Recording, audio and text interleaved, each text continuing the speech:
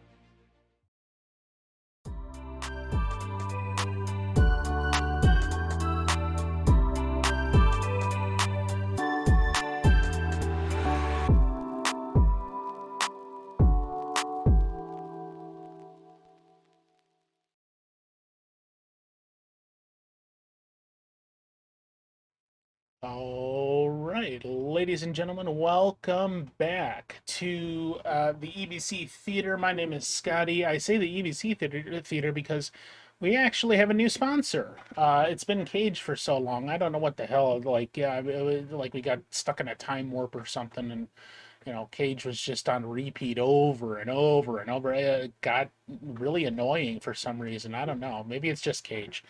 But yes, we have a new sponsor here at the EBC Theater, and that is Tuba Swan, the man with the horn himself, and our new sponsor as we rebrand the EBC Theater to the Tuba Swan Save the Music Theater. He would like you to go check out savethemusic.org, which we're all very well familiar with Tuba Swan being a very musically inclined fellow. And this is an organization that is very important to him. And he would like you to go check that out because it's one of the leading music foundations in the United States that does several things, but primarily donating instruments and music technology to schools and students, providing any kind of support needed for music teachers, and continuing to advocate for music education throughout the country. And Tuba Swan would greatly appreciate you going to the website and checking out their organization, potentially making a donation if it is within your means, and he would be very grateful.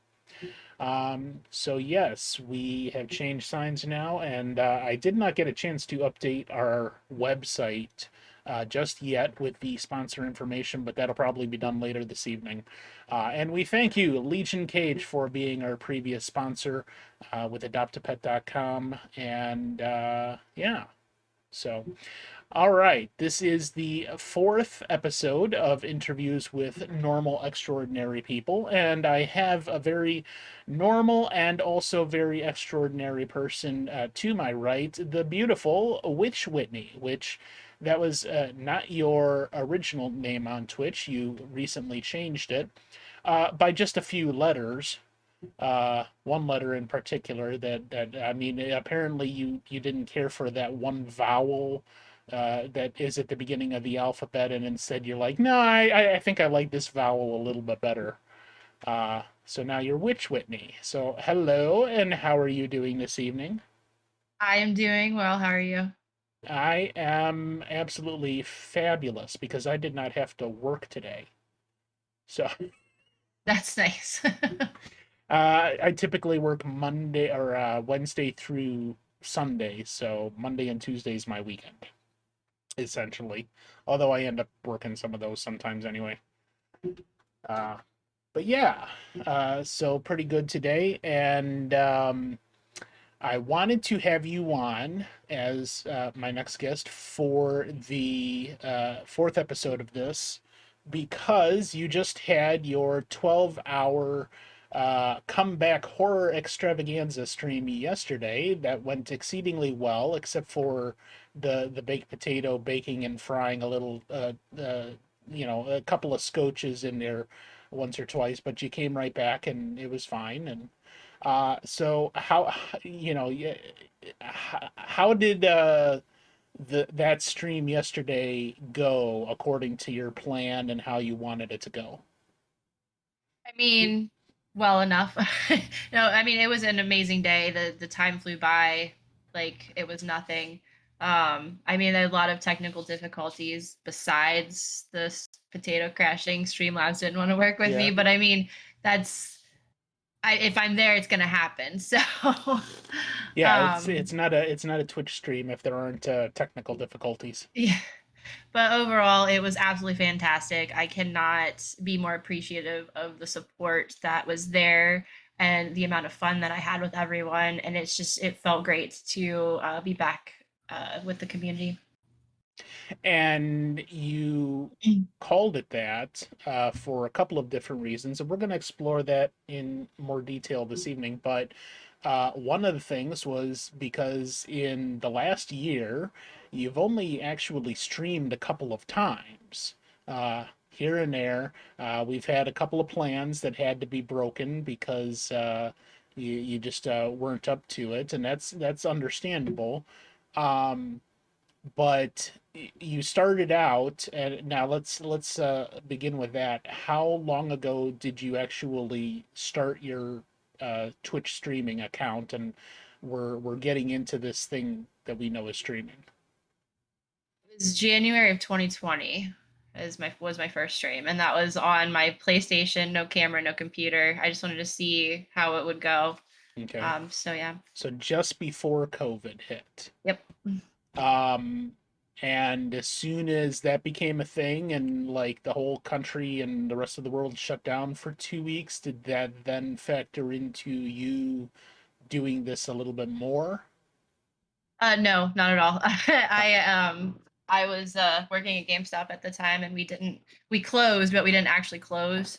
So I was in there almost every day. I know Legion uh, can understand how that felt yeah. like. We didn't have any hours for anybody, but we were there doing curbside. So no, I had no more It was extra time. it was just the managers that were working at the time, basically. Managers and the assistant pretty much is all Okay, we could afford to have. Yeah. And it was one person at a time. Like there was no double coverage ever. gotcha. Okay. So you like me, you were working during the whole thing. I mean, I remember that at that time we had the state of Ohio had this really shitty system in place and probably still does for unemployment. And they for anybody that decided to claim unemployment at that time, you could do one of two things. You either had to log into their website with a pre-established name and password and everything else, which if you didn't have that pre-established, fuck you, uh, or call in to the few people that were working remotely to handle those calls, and you could not get through. Nobody could get through. In fact, I remember trying, and they said, "Sorry, all lines are busy," and they hang up on you. And you literally just had to keep calling. You couldn't even wait until somebody was available. You just had to keep calling, and hopefully one of the slots was open at the time you called and you could get in. So it was kind of luck of the draw, and I couldn't deal with that, so I ended up having to work, which I switched over to Uber Eats at the time, which was very busy because people were having food delivered and whatever else. And then the rides slowly came back when people started going. But like you, I was working during the whole shutdown essentially. Um, So that's interesting to me that that didn't play into the streaming at all, because I know for a lot of people that either didn't have a job or were laid off for that specific time, they were just, streaming and playing games for a lot of that time. So when did that start ramping up for you to become a thing where you were actually wanting to stream and interact with people on Twitch? I mean, I did it little by little here and there. I'd say probably June, July is when I put a lot more focus into it. I got super lucky with all of my equipment. My potato was gifted to me by someone that I worked with at GameStop. She was upgrading and she's like, here, you can have this. I know this is really important to you. So even though it's a potato, it's very, very special to me. Yeah. My chair was gifted to me by someone that worked with me. Monitor as well. I just like everyone wanted to support me so much that it really amped me up and wanted me to like drive myself forward. Okay. So it was like the people that were giving you um, support, but more so um, allowing you to go through the process a little bit easier than starting up on your own, that really made you think, yeah, okay, yeah, you need to spend more time on this and take it a little more seriously. I mean, honestly, if it hadn't been for the stuff that was gifted to me, then I still don't know if I would have been able to afford a PC at this point, Right. or that I would be where I am right now. So Right. Okay.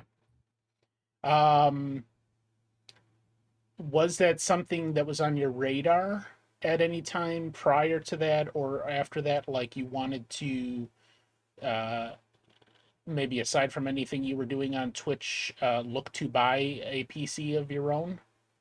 oh, absolutely. Yeah, I mean, I still want to build my own PC. I mean, that's gonna come with time. I'm gonna have to buy Okay. bits and Right. pieces of it, but yeah. Me too. Like I told several people, I bought an interim computer, is what I'm Yeah. calling it, because it's not going to be able to handle gaming and streaming at the same time. It barely handles one or the other. So, Well, I've got a Steam Deck coming eventually one day, so I'm kind of curious if I can like utilize that in my stream, kind of make that my PC and then my actual like computer for like just Streamlabs. And I don't know if that's possible, but I'm gonna try. yeah, and That might, help yeah. In the fact, I was process a lot. looking into that where you could have actually two PCs running at the same time. Hmm. One to actually play the game, send the video to a capture card running into the second one, and then stream it out. Yeah, so that's kind of Yeah. my hope with the Steam Deck. So Okay.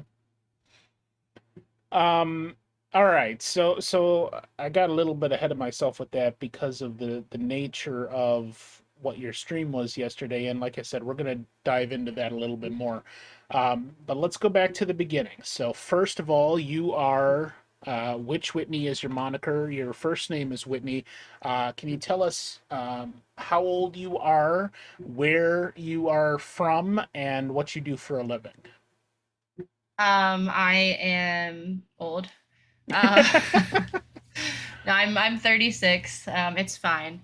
I live in a tiny, tiny town called Fredericktown, Ohio.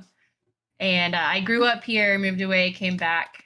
It was really weird at first, but anyways, I'm happy to be home. And I write estimates on cars that were in accidents.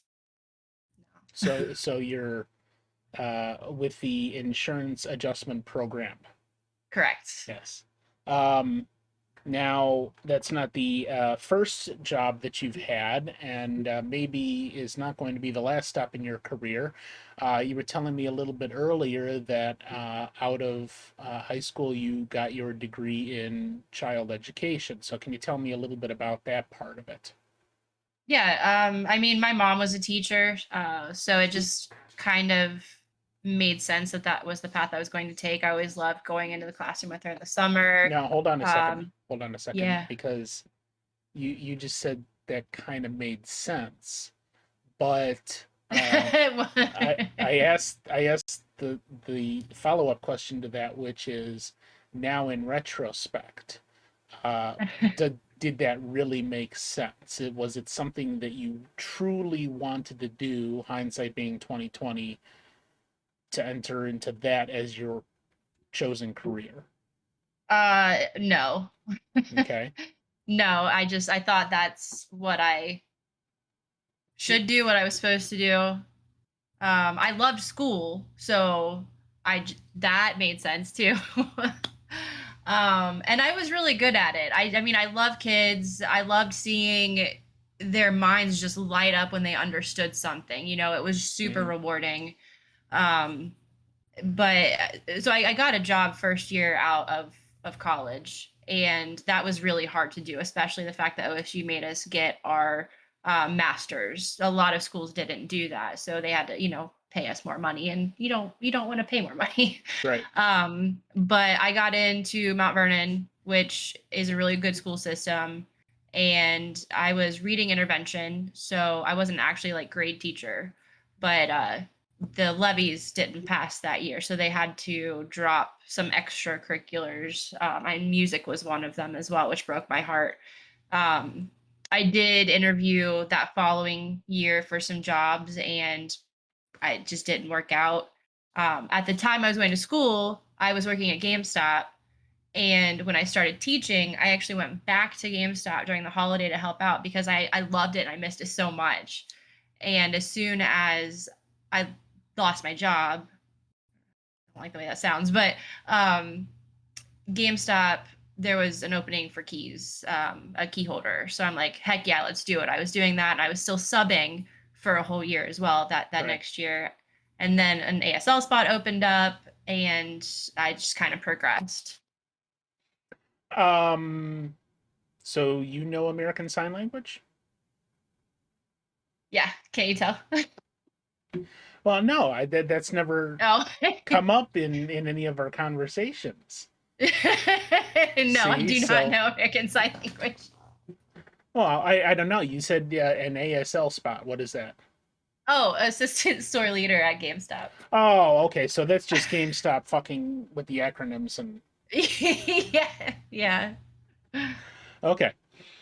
Uh all right. So you don't know American Sign Language. I do Yeah. not. Oh, I know a little bit of the alphabet, but yeah. Yeah, me too. I learned some of that way back when, but okay. So is that essentially um the major points of your career is out of high school, you went to college to get your master's degree in child education, and you were working at GameStop, and went to one of the schools that hired you, and you were teaching there for a little bit, but then the levy didn't pass, and your job got cut essentially. You went back to GameStop, and then after GameStop, you decided to at one point shift into a different job, and that was in the insurance business. And you did first claims, and then now you're in the adjustment program. Is that pretty much everything? that's it. Yeah. Okay. So let me ask you this again. When you were growing up, you said you loved school. First of all, as our esteemed Mr. Kage said, what the fuck? Um, yeah, the that's not everybody. You know, Yeah. most kids kind of hate school. So, what was it really about school that you loved? I mean, I just love learning English, and language arts was my passion. And that's actually what I'm specialized in. K through 3, I'm reading language arts focused. Okay. I loved to read back in the day. I still do. I just don't have time. Um, I hated math, but that's fine. See, and I just I excelled at math, you know, and I well, hated I all was the other always in stuff.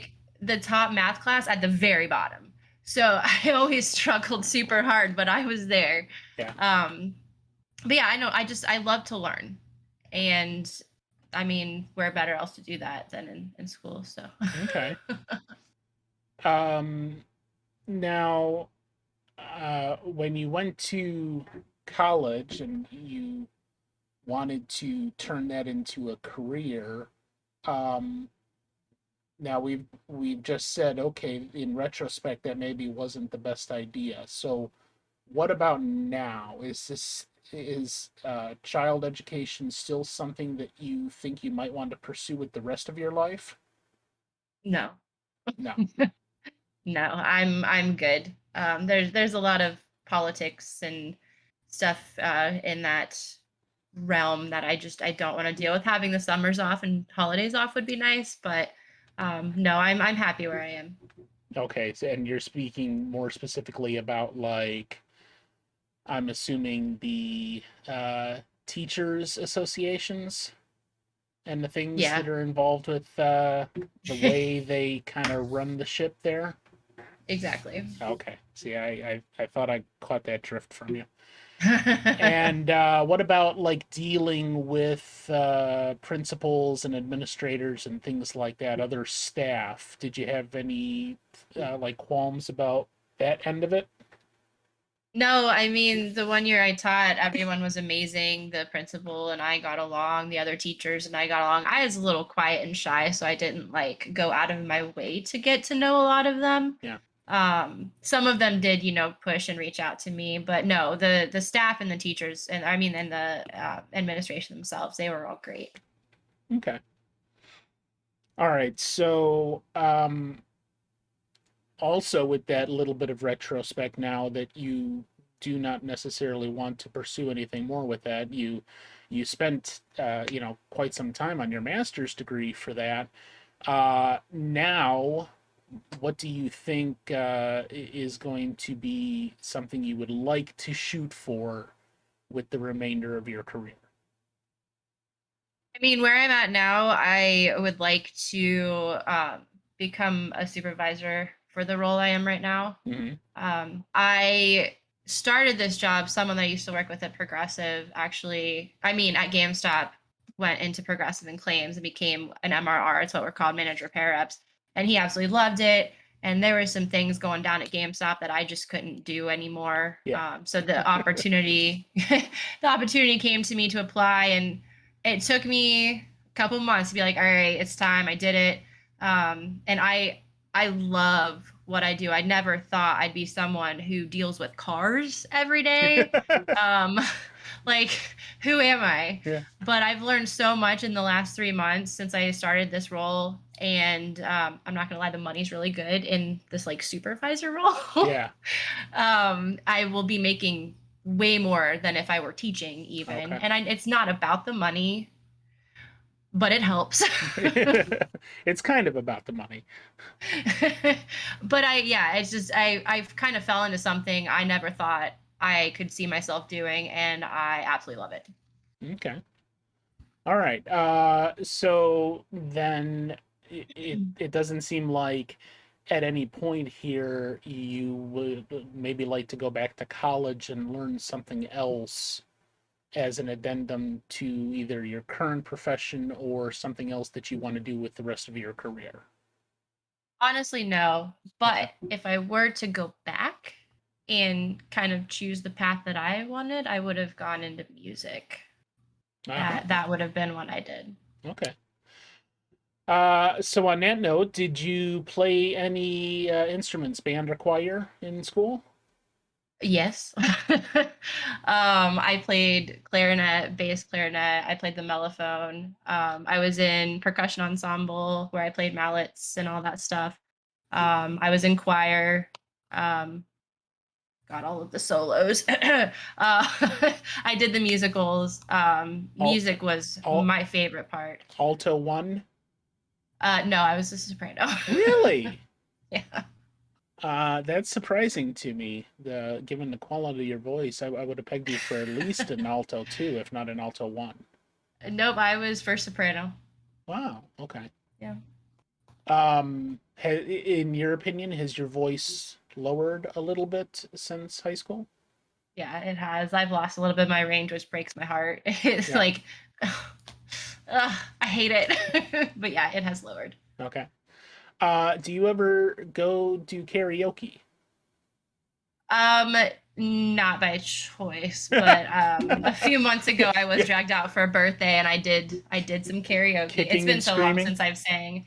No, I was very, very nervous, but I did it. It's just been so long since I've put myself out there, but I feel like if I did it on a regular basis, it would get better.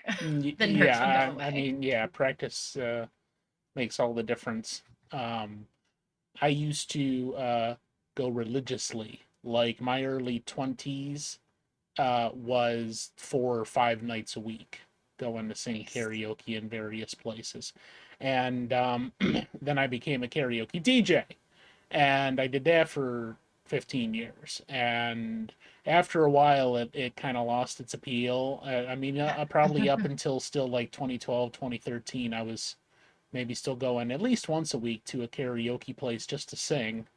Um, and go with some family members and things like that. But then it kind of dropped off, and there was an event that happened a while back where a friend, and he is still a friend, at a drunken party choked me out, and I lost like a whole octave at the top, Oh, and it just never came back. oh, that's so Yeah, disheartening. yeah, and we rake him over the coals every single time we see him because of that. Um, but yeah, at that point I was just like, yeah, I don't really care for the karaoke scene, and I can't do it really anymore. So, but Short and Sweet, who was my guest last time, is absolutely terrified of karaoke, which means that at some point we have to drag her out and do a karaoke night and get her properly liquid couragefied to do that, so we can all do karaoke and she can't say shit about it. Yes, terrified. That sounds amazing. Okay. I found it very interesting that you said you played the bass clarinet. That's not necessarily an instrument that a lot of people have done anything with. There's common things like, piano, flute. Oh, I can play Um, piano too. I forgot yeah, that one. yeah. So potentially that might be a future aspect of a career, like maybe if you wanted to go back to school. But what do you do with music, if anything, now, besides just listening to music? Like, is there any type of instrument playing? Do you still have instruments in your house? Unfortunately, no, nothing. But it's something I've been wanting to get back into. I've been looking at keyboards. Okay. I really want to get a keyboard and start remembering how to play. One of my friends, she just recently moved away to Tennessee, but she plays guitar and she sings, and we kind of joked around about like starting a band and everything. But it's definitely like we joked, not joked, you know. Yeah. So I mean, that would be something I would love to do and to start like on the side. Well, see, now this is another thing that I did not really know about you, because either if you have mentioned it, I missed it, or you haven't mentioned it. So, like the musical aspects of yourself, um, we've got quite a few people, Joel and Tuba and even Steph, and Short and Sweet played the flute. So we've got the makings of a Twitch band right here. You know, I love it. Let's do it. I think we yeah, Trows. I think he can do the beats, and Joel can do the piano. You can do the clarinet, tuba, and Short and Sweet is the flute. And trying to think who else we know. You got to put it together though. Yeah. Yeah, You definitely. gotta coordinate. Okay. Yeah, that would be fantastic. So that's an interesting aspect of you that at least I have not seen before, is your interest in music. Um, is there any potential desire for combining the two things, music education? Honestly, if I mean not now at this point, but that is the path I wanted to take. Was Oh, wanted okay. to be, I would have been a music teacher. Okay. Which that's probably a lot more difficult to maintain than language arts in the education world. Unfortunately, Obviously, yes. we've got foundations devoted towards saving music programs. You know, it might be kind of difficult to maintain that career. Yep. Okay. All right. Well, that gives us quite a bit, I think, on that part. So let's switch gears a little bit, and why don't you tell us some about your personality, who you are, not necessarily who you present yourself to be, but who you are as a person. Like what is defining characteristics of Whitney? Oh man. Um, I am very, very quiet person at first when you meet me. I don't know if this goes for any of you, but growing up, a lot of people didn't like me until they actually got to know me. I'm the kind of person that will like sit back and watch and take it all in until I Yeah. find my right moment to speak and to let people know who I am. And a lot of people took that as um, stuck up, which I'm not Standoffish. at all. I am like the least stuck up person ever. I mean, I feel like I am, but that's how I was portrayed a lot. But I observe, I take it all in, and I think that I'm a very fun and interesting person once you meet me. Uh, Weird, not normal, but right. we're normal here. We're yeah. Yeah. But that's okay. That's perfectly fine. And like I said, we're gonna get some deep diving into that part of it too, because one of the reasons you as a streamer appeal to me is your love of horror and your knowledge of horror entertainment and those things that you love. And we're definitely going to dive deep into that in probably the second part. Hello, Tuba Swan. Welcome. Um, would you describe yourself as an extrovert or more introverted? I'm definitely more of an extrovert. I love going and Okay. doing things, and I I like sitting at home, but if an opportunity comes my way, I'm out, I'm gone, I'm mingling, I'm doing things. Okay. And have you taken the Briggs Meyer personality test? Yep, twice, and I don't remember what I am. I'm going to. Oh, hold on a second. I can't do that. Did you mark it on the conflux with the Yeah, roll I assignment? did. Can you look that up real quick under the roll channel? Because I can't do that while I've got you on the thing. I was doing that here to see if I could find that. Thank you, Mr. Tubaswan. Role assignment. Yeah, it's under roll assignment. Oh, how do I know which one is me though? Oh, right Um, here. I went right to it. yeah. I am the protagonist. What's the letters? ENFJ. ENFJ. ENFJ. Okay. Um, so what Oh, does Legion already had it. there you go. What do you what does that like personality bit mean to you? Like when you read the protagonist, what did you specifically identify with in the blurb for its description and was important to you? I don't remember. Okay, well, that's all right. I did it so long ago. I don't remember what that That's is. all right. What would you say? Like what is indicative of your personality?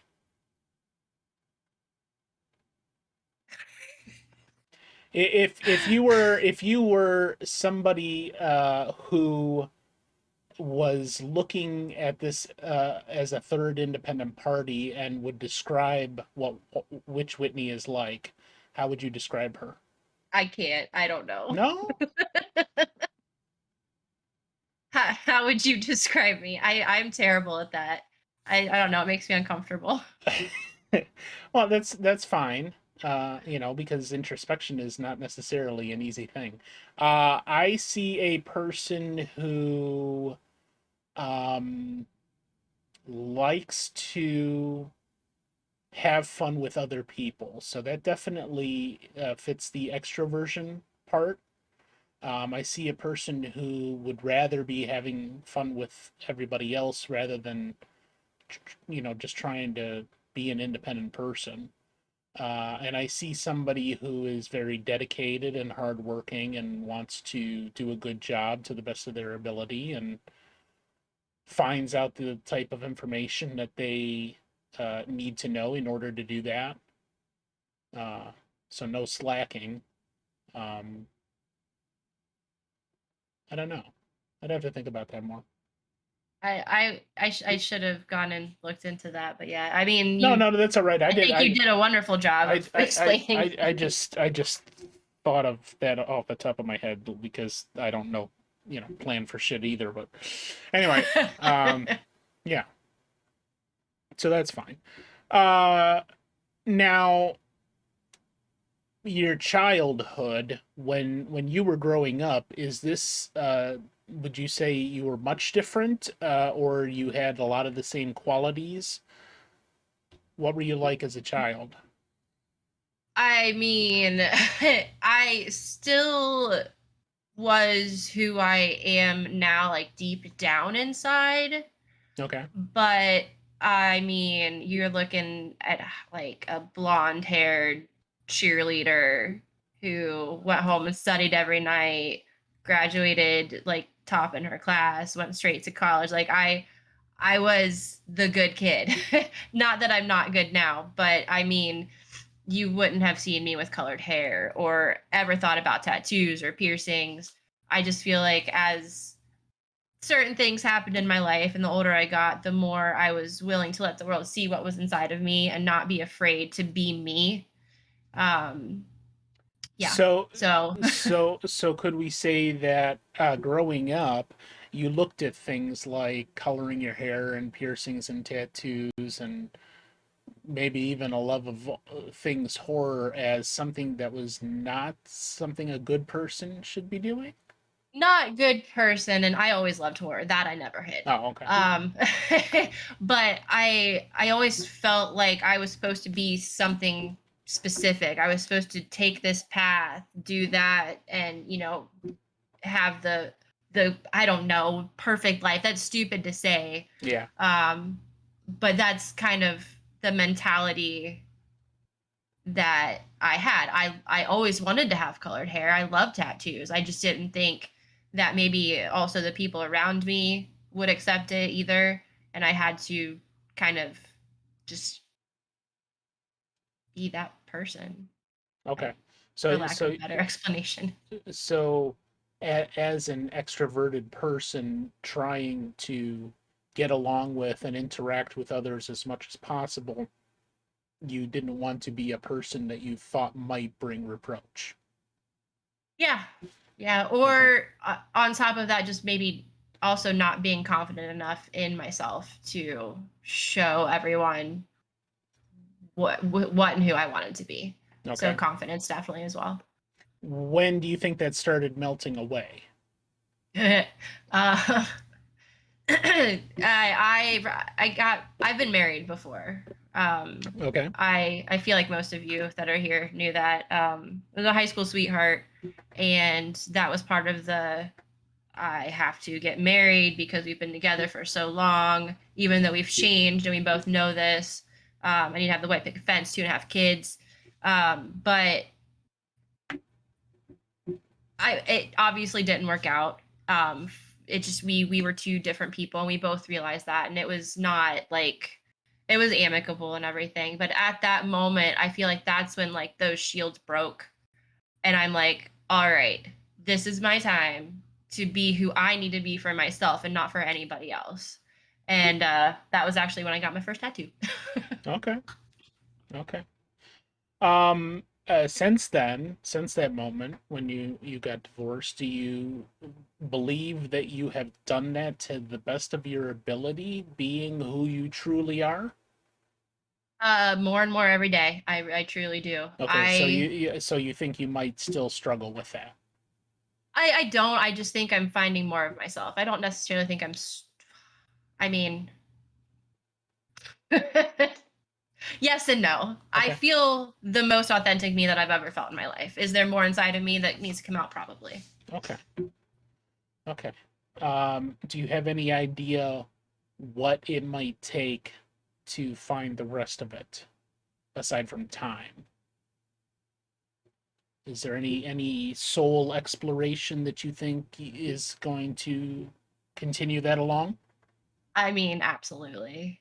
I I definitely feel like focus on myself, like just myself, for the first time in pretty much my entire life is something that I have been doing this past year, but maybe not necessarily as much as I should have been, and something that I want to focus on and continue to work on.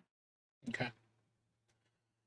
All right. So let's then uh, segue into some waters that are maybe a little more difficult for you, and you have given me your uh, go ahead to ask about these things.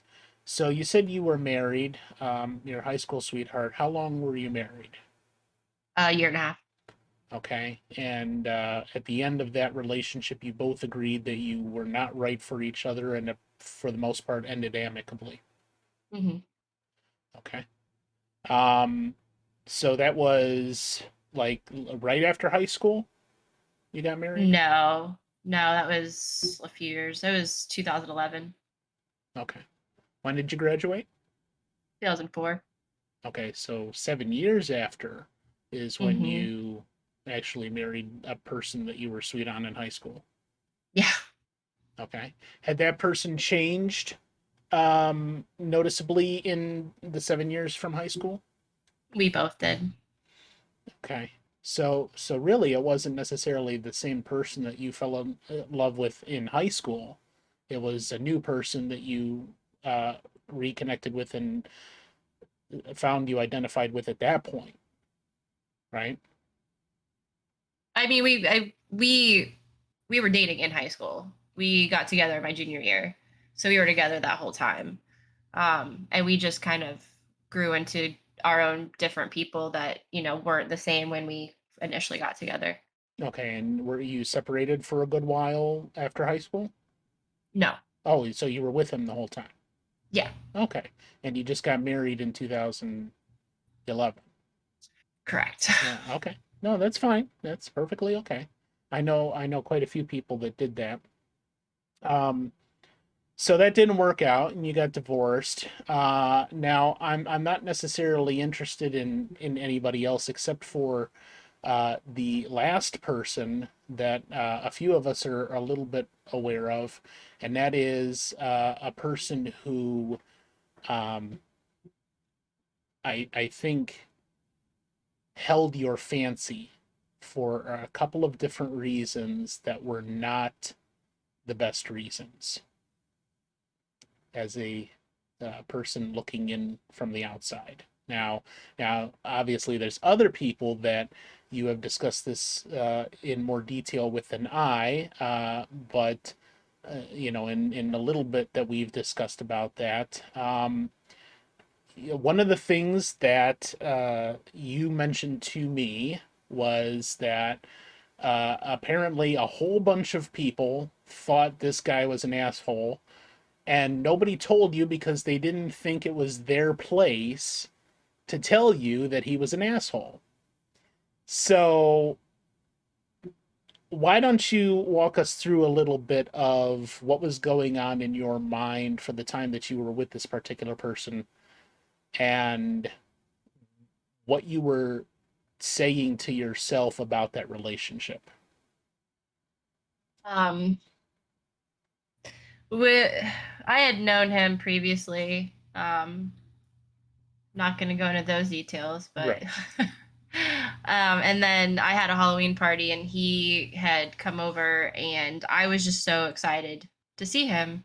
I connected with him prior to that and I really got along with him, and that night was pretty much like he's the only person I saw. and we just clicked immediately, and everything just moved really fast. Like I had just moved in with my friends, and my brain was like, oh, someone cares about me, attention, and then I move in with him like 3 months later. And I mean, we had a lot in common in the beginning. We got along really well. We could go out and do things and, just have a good time.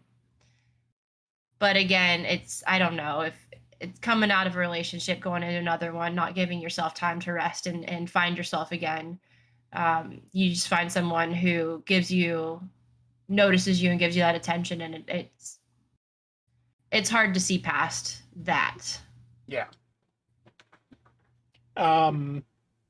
Side note to that, do you believe now, since that relationship is been over for a good year, that you have had enough time to re-find yourself, as you put it? No. Okay. So I feel good, but there's still need work I need to do. Okay, so the reason I specifically asked that is because I want you to take your own advice now and realize that there is nothing that needs to be handled in that regard right now. Okay? You get where I'm coming from with that? I hear you. Okay. So this person decided over time, as we all do in relationships, to reveal more and more about themselves and who they really are.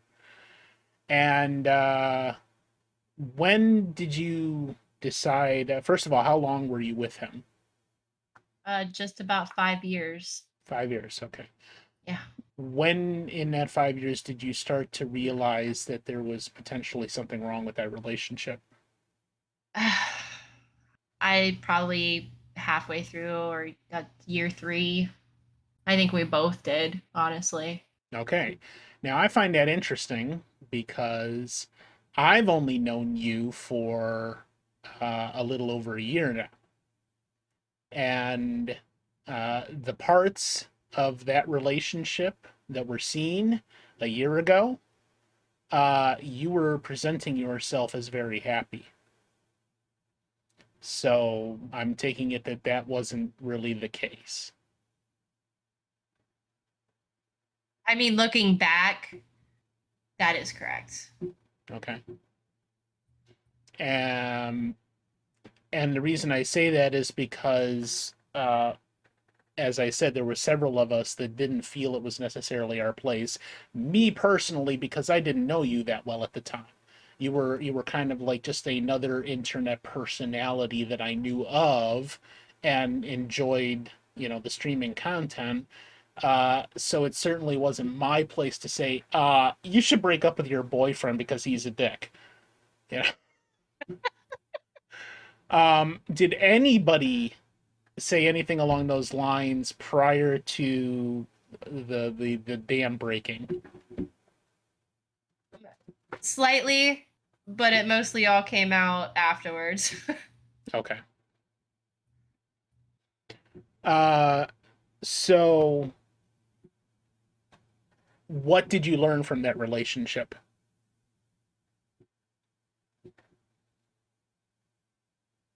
That I need to take care of myself first and foremost. Okay. It's as simple as that. I let myself go. I neglected a lot of aspects about who I was mentally, physically, emotionally. Because of him, or because you were trying to establish something else? Just because of the relationship itself. I mean, there over the years, and I mean that I didn't see during that time that I see clearly now, and I know that it's something that I will do my best to not let happen again. Okay. And as I told you previously, if any of this starts getting, uncomfortable for you, feel free to decline to answer. Now, I think a big part of the reason why so many of your friends and associates saw him as a problem is, at least in my opinion, I saw a very narcissistic person.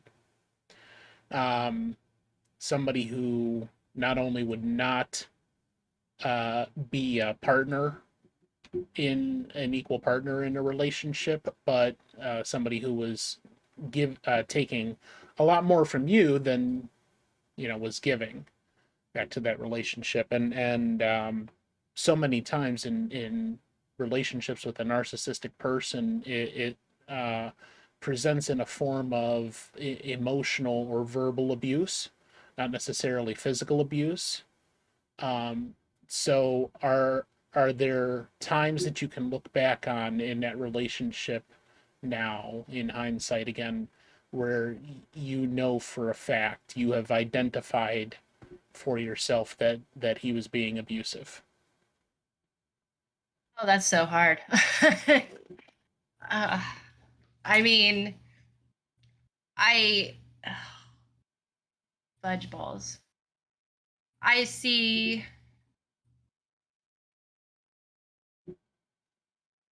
It's okay. Take your time. There are certain things that I should not have allowed to go on as long as they did. Okay. If that answers in any way, shape, or form. Oh, it does. Yeah. And that's a perfectly acceptable answer too. Um, let me see. How do I want to word this? Um, what was the let's go then to what was the ultimate reason that you decided this was not going to be a relationship you wanted to continue? Honestly, this it was mutual again.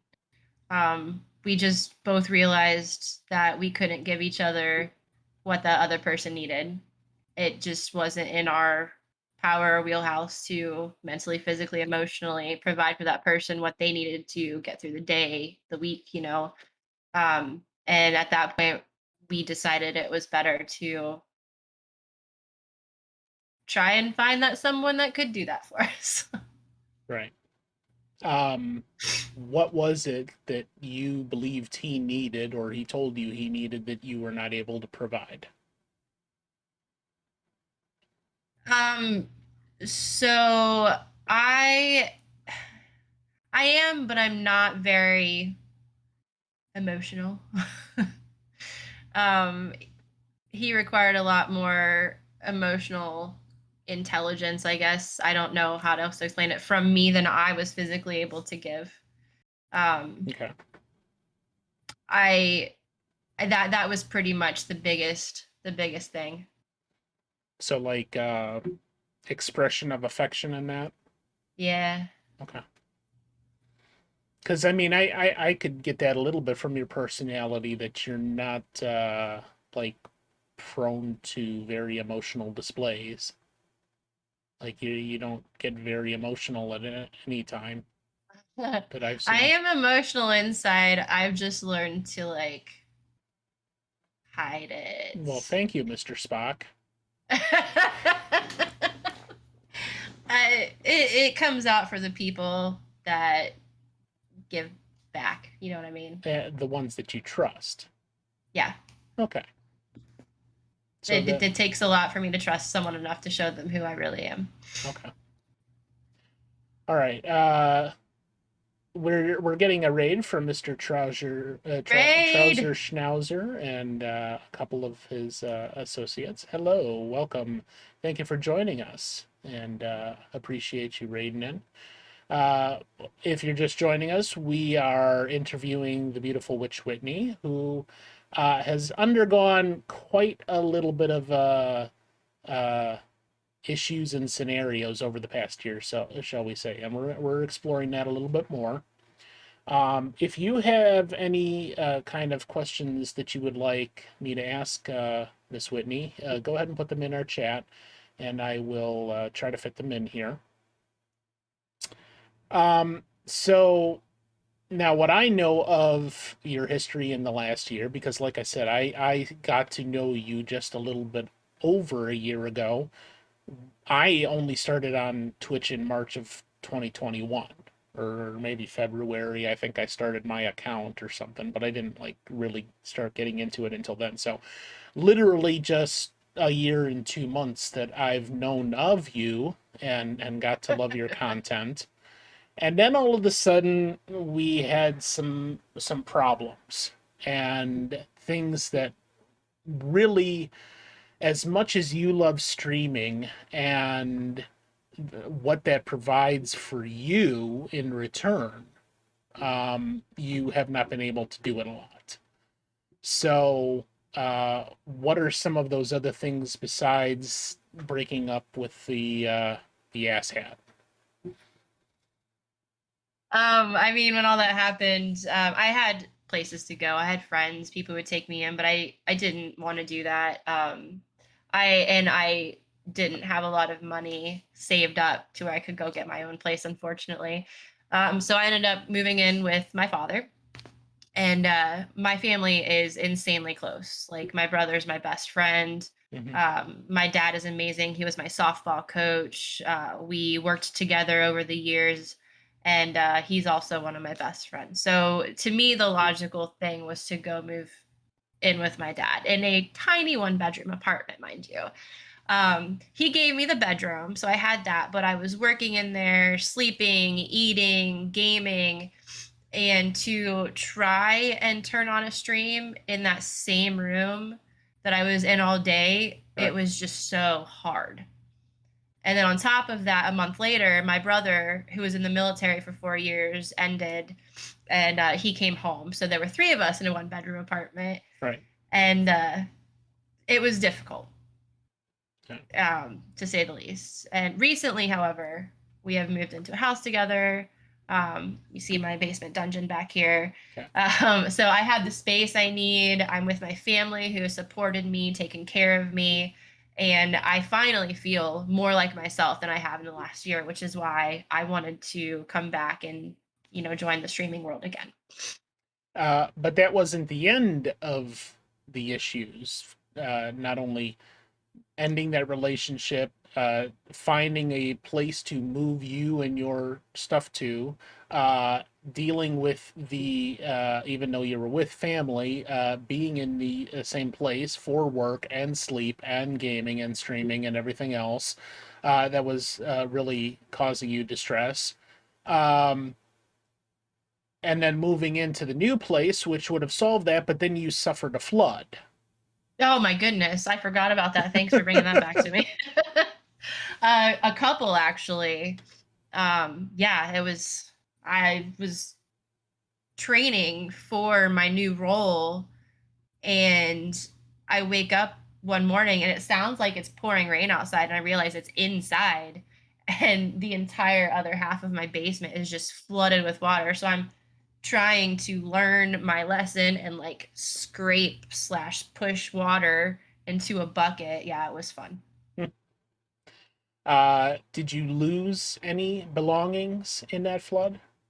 Thank goodness I did not. The half with like all of my stuff the water didn't actually get to it. Okay. Yeah. Oh yeah. And then there was the toilet backing up down here, and just it was rough. And then it got even worse. Then you caught COVID. Oh yeah. Thanks for bringing all this back up. I so appreciate you. Well, I have a there's a method to my madness. So just bear with me. Bear with me. Yeah, I decided to go to, a large music festival, and came back with COVID. That was the first time I'd had it, and it was awful.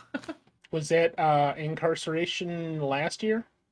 That was this year. Oh, that was this year. Yeah. Oh, that was just a little bit ago. Yeah. So that's the second time you've had COVID because since you moved, because I could have sworn you had it really bad, or at least some other illness that was really bad shortly after you moved in. Honestly, it was probably COVID, but Okay. I didn't get checked. Every yes, I was very sick. every illness is COVID these days. So Yeah, right. Um, and then unfortunately, it got even worse. You had a friend pass away. Yeah, I did. Can you tell us a little bit about her? Um, yeah, so I didn't know her very long. I met her last spring. And we just bonded like the moment we locked eyes on each other. Hmm. She she had horror tattoos all over her arms, and I think she actually just came up to me and just started talking. And we spent a lot of time last summer together, just hanging out. Always planned on having a horror movie marathon with wine, and we never had the chance to do that.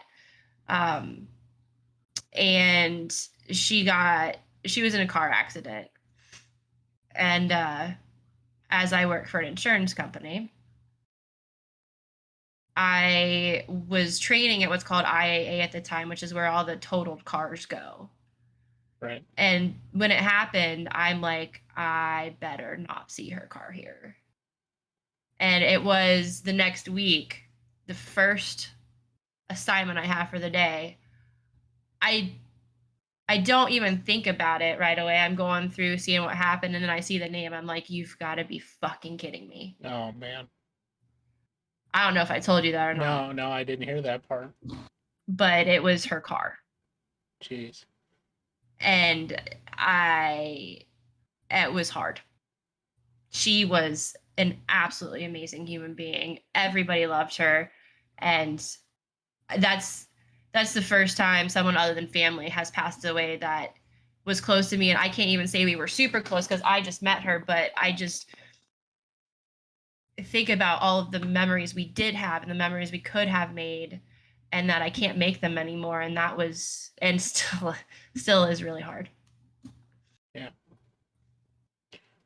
Well, like I said, there was a method to my madness, and unfortunately, bringing up all those bad things that happened to you because in my mind, I mean, obviously, you said a big portion of the reason why you weren't streaming was when you were living with your dad in a small bedroom, one bedroom apartment, and then your brother came home, and so it was three of you there.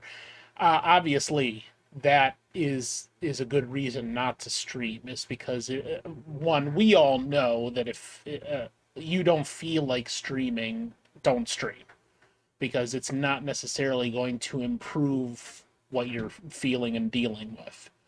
Um, but in my mind, everything that you shared with me about how much of a hell year this past year was for you and dealing with all of those things um, it's far more of a thing for you to deal with that in your own method, which was to say, okay, I might like to stream, but I'm not going to do that today because it's not going to be something that I can devote time or energy to or get out of it what I feel like I want to get out of it. And that's also why I didn't push the issue with you. Like if we made plans to do this thing and then you know send me a message a couple of hours before it's supposed to start saying, yeah, I just don't, I can't do this.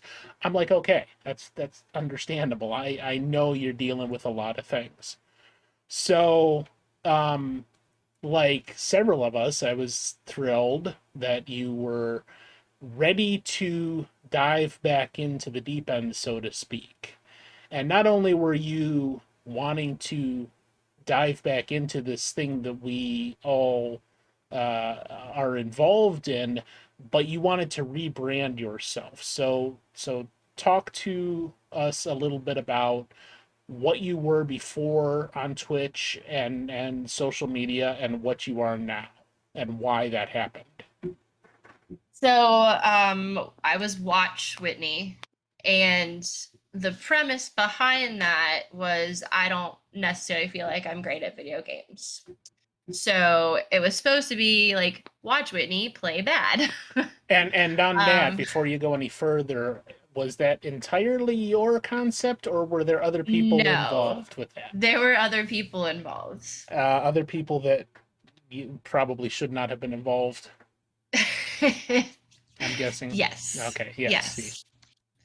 Um, and I mean, I liked the alliteration, Watch Whitney. But I also, over the past year and trying to come back, it just, the more and more I thought about it, it just didn't feel right. It didn't feel like me. Yeah, I'm not great at video games, but I don't need to like watch me play bad. Like, I don't need that to be my tagline, you know? I play games. And let me note there, you don't necessarily need the self-degradation that is not earned. You get me there? Okay. I do. I Okay. do. Very much. But yeah, I didn't want when I came back on stream, I wanted it to be me. I wanted to be all me, my decisions, my choices. And well, my brother helped in this one, but he's amazing. And I was talking to him about wanting to rebrand, and he's just like, "Which Whitney?" I'm like, "Oh my goodness, that is me. That is amazing."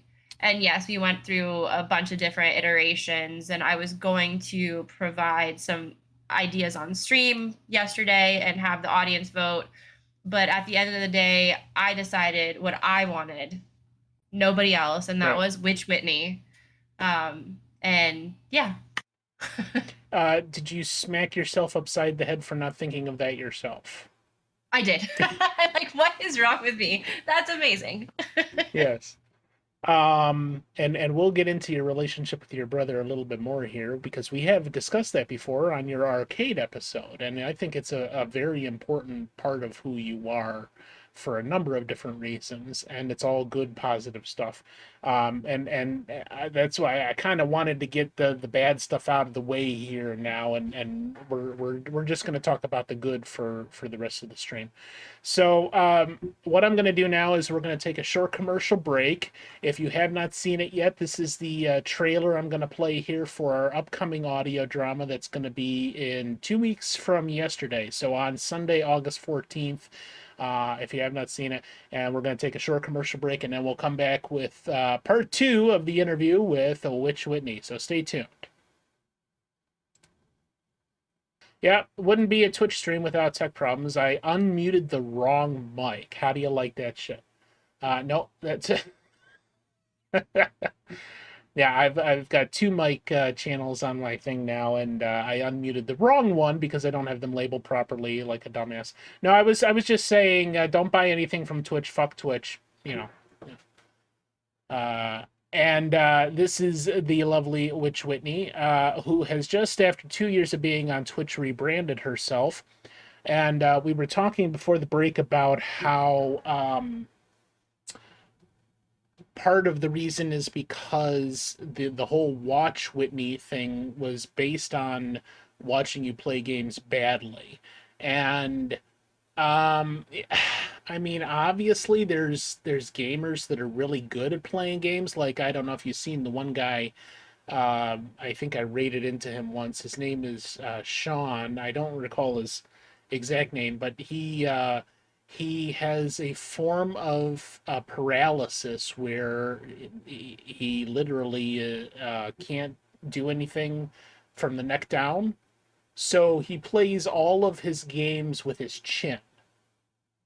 And he has a modified controller there to literally play all of the games with his chin, and he just moves the joystick around. So, like, he's a phenomenal game player, especially taking into, yeah, hand-capable Sean.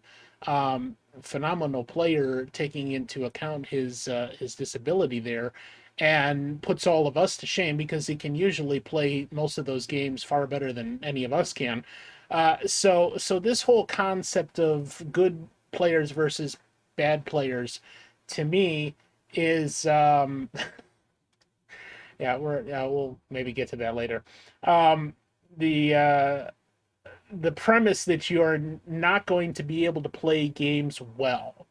And I've spoken before, it's been quite some time since I've broached the subject, on streamers who stress themselves out trying to produce quality content but they don't feel they measure up well in the gameplay area.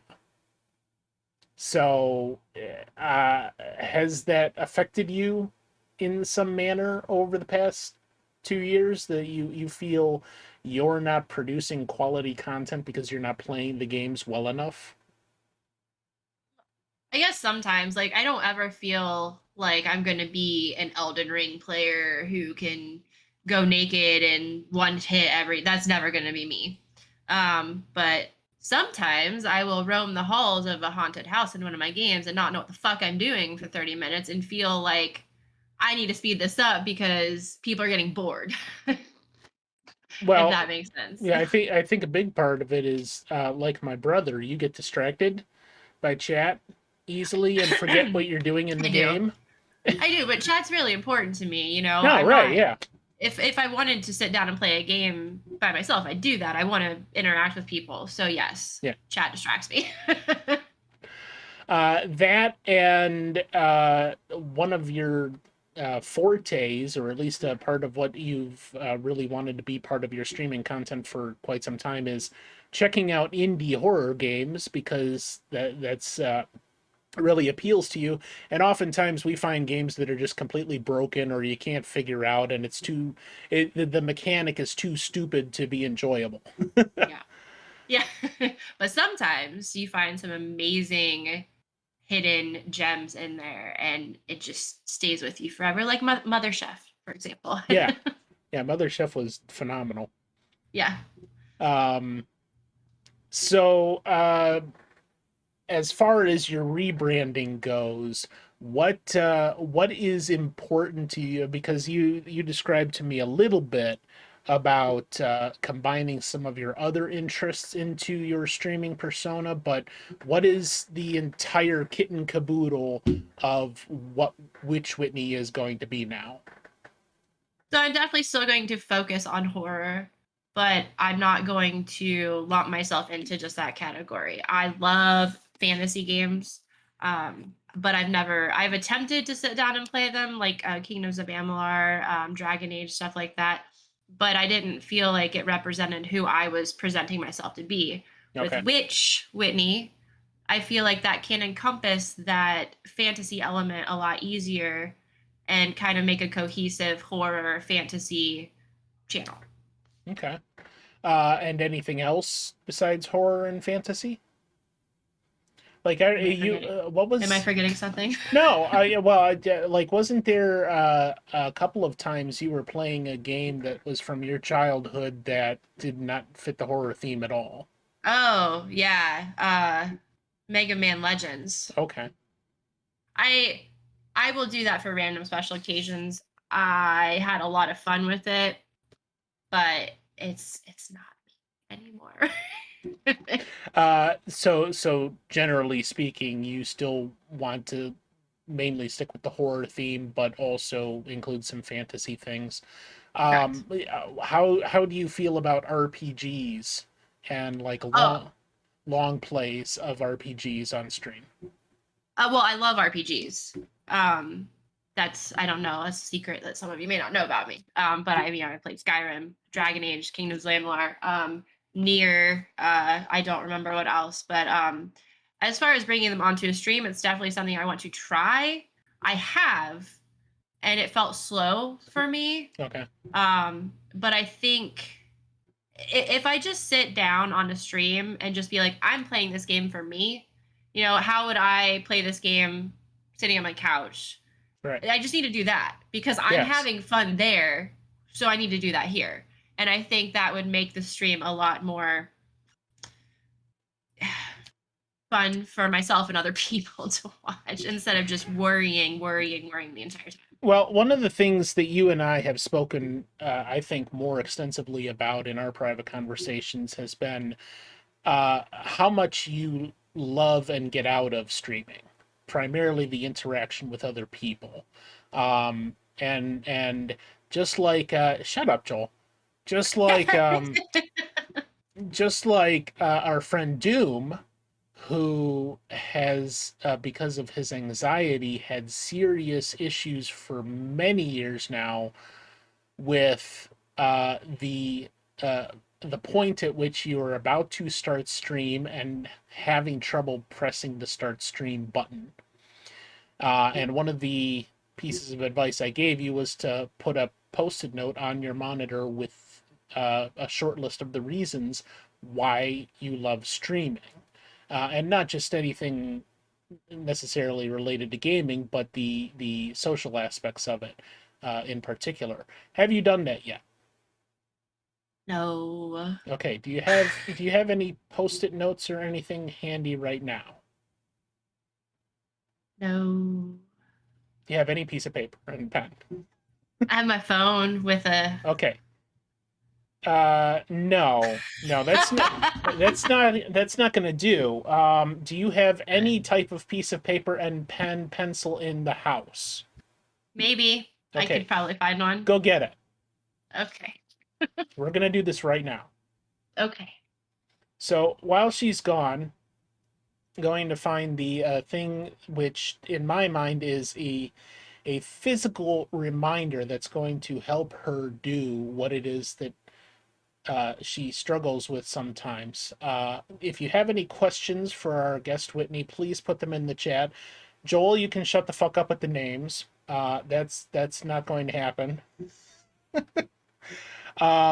And in the meantime, I'd also like to say, if you have not done so, you need to go check out this phenomenal person. So let me put her new moniker in the chat. If you are not following Witch Whitney, please go hit that follow button and check her out. Part of what we're doing right now is going to be related to her streaming in the immediate future. So please go ahead and hit that follow button, and you will not be disappointed by that follow, watching Whitney on stream doing her games.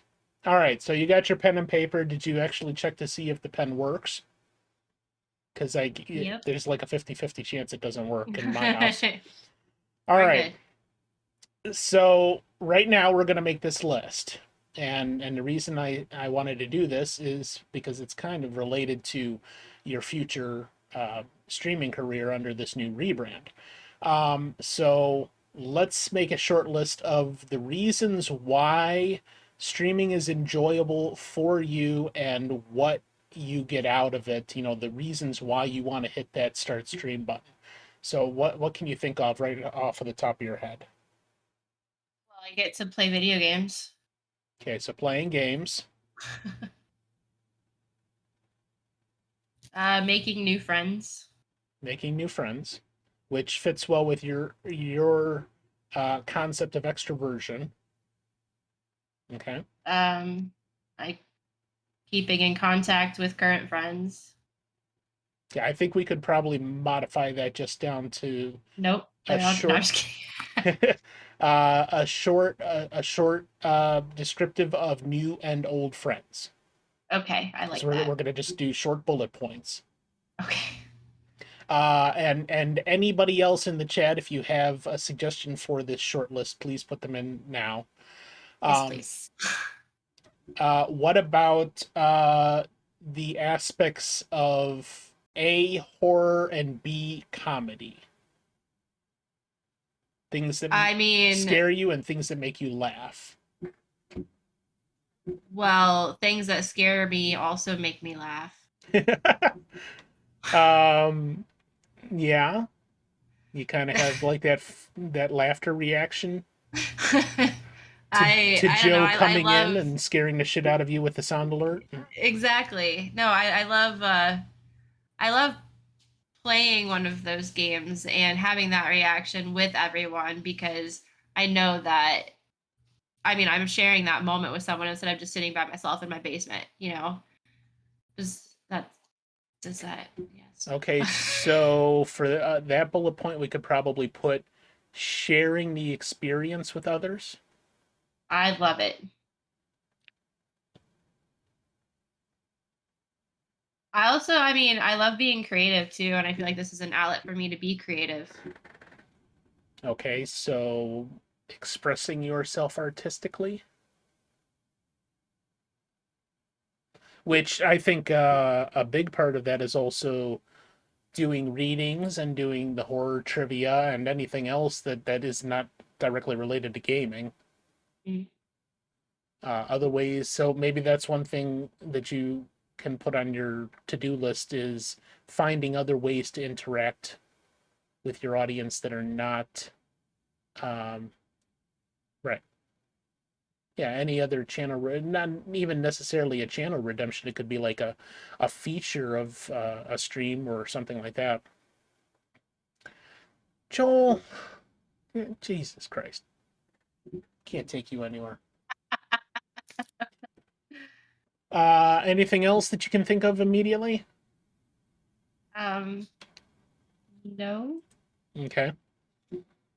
Um, what about the feelings of euphoria that you get Oh from man, yeah. a successful stream? I mean, last night's a perfect example. I felt so freaking good when I ended last night. I mean, there's nights that doesn't happen. Right. There's shit streams that happen for sure, but when you have those moments, it feels really really good. Okay, So so yeah. maybe we could filter that down to streaming moments that cause joy or moments that cause joy. Got it. Yeah, save the dolphins, the endorphins.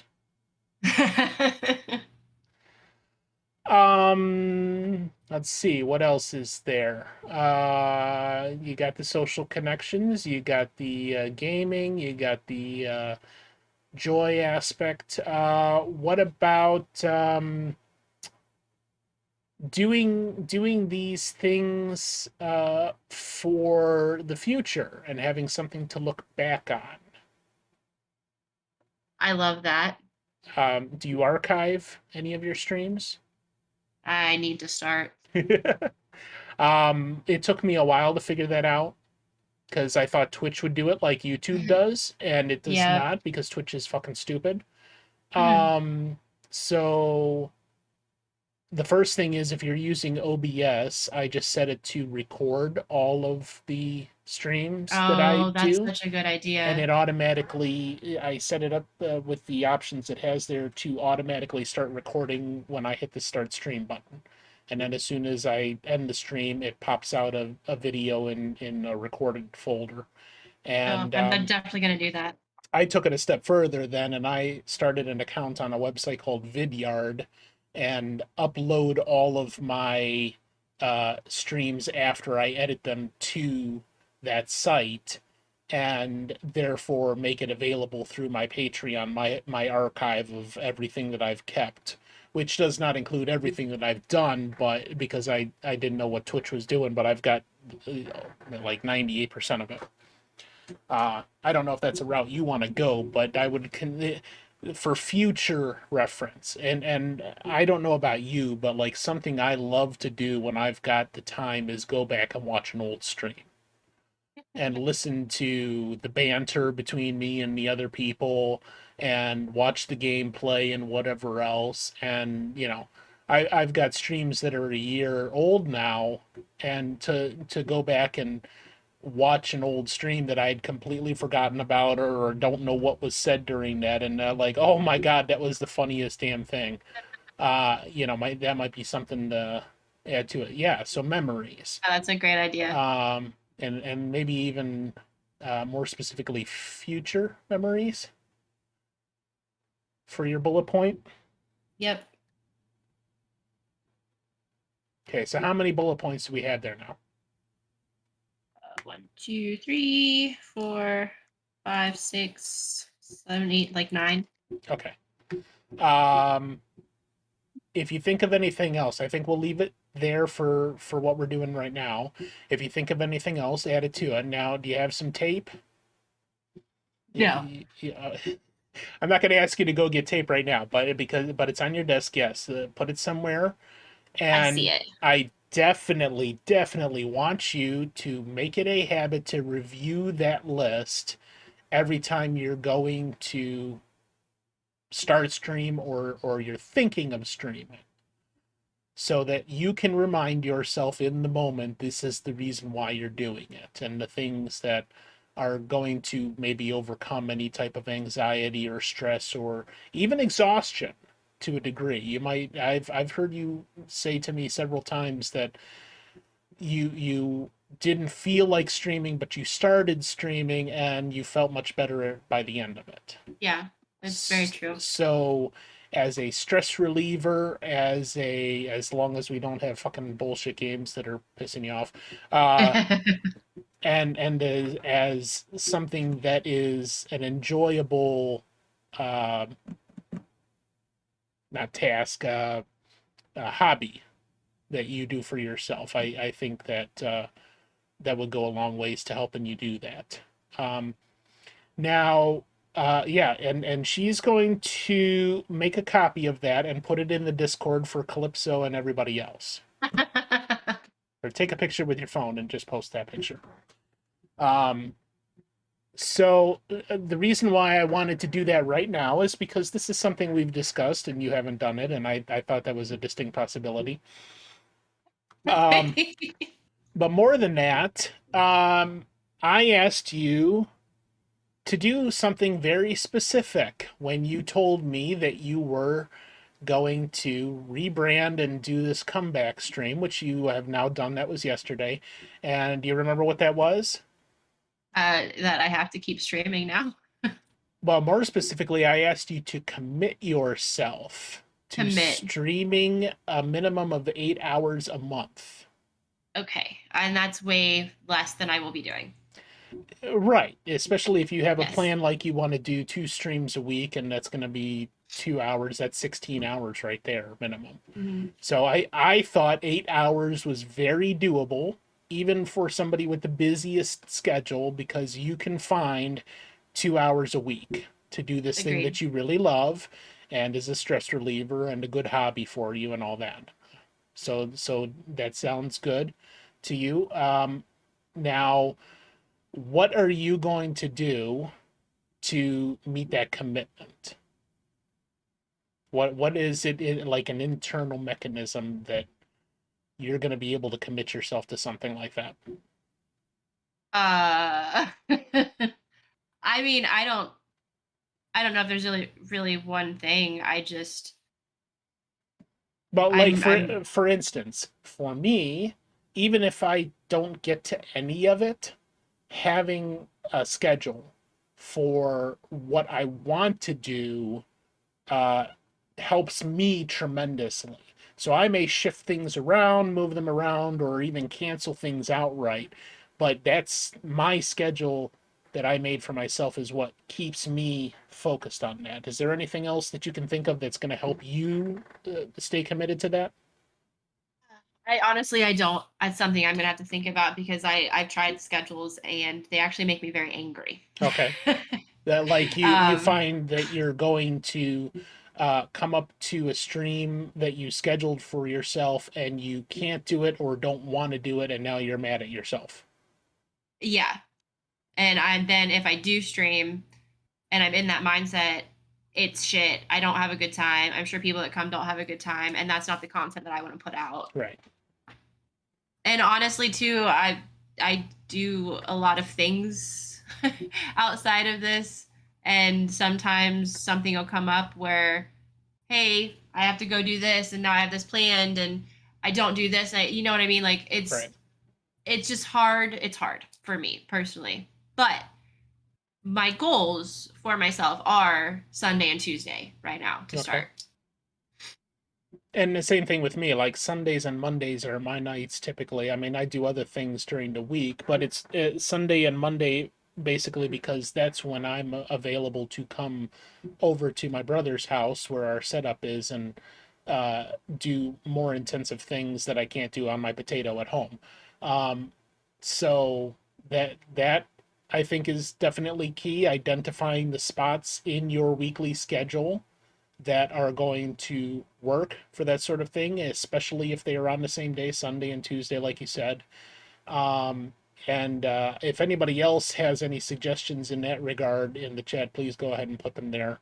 And I would also encourage you, because I'm not necessarily going to be able to provide you, I think, with any other advice on that front myself. So maybe I would like to encourage you to maybe reach out to Doom and Cage and have a short conversation with them. Let's see who else. Uh, Isnip, I think, would be good with that because Isnib, streams a lot and uh, he makes quite a big fuss out of the way he organizes streams and schedule and all that stuff, and maybe just have a short conversation asking them what their advice might be to help you commit yourself to maintaining a regular schedule. Does that make sense? Yep. Okay. All right. So there's that aspect of it. And if you agree, you're going to try to do that minimum. So if you're able to do Sundays and Tuesdays, we should have a regular 2 streams a week from you. And I would also give you one more bit of advice on that, and that is the same thing that I told Doom quite some time ago, and that is don't ever be focused, at least not as the main part of what you're doing and why you're doing it, on trying to entertain people, because that comes naturally. I mean, the reason that I love the now Witch Whitney channel is not because you're a great gamer or even because you do horror stuff, although that's kind of a part of it for me personally because I like horror just as much as you do.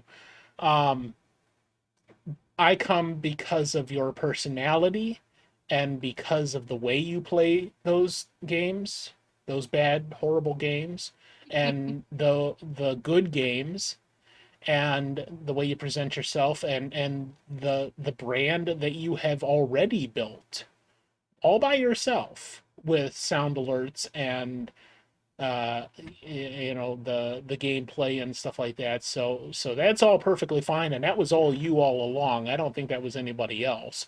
Well, I uh, had some help making those, but right, but we all get help from people all the time. um so I got to imagine that, at the very least, you red or green lighted something, like somebody said, "Hey, I think you might like this," and you said, "That's an excellent idea," or "Nah, I don't really care for that." So it's all you. That's your brand now.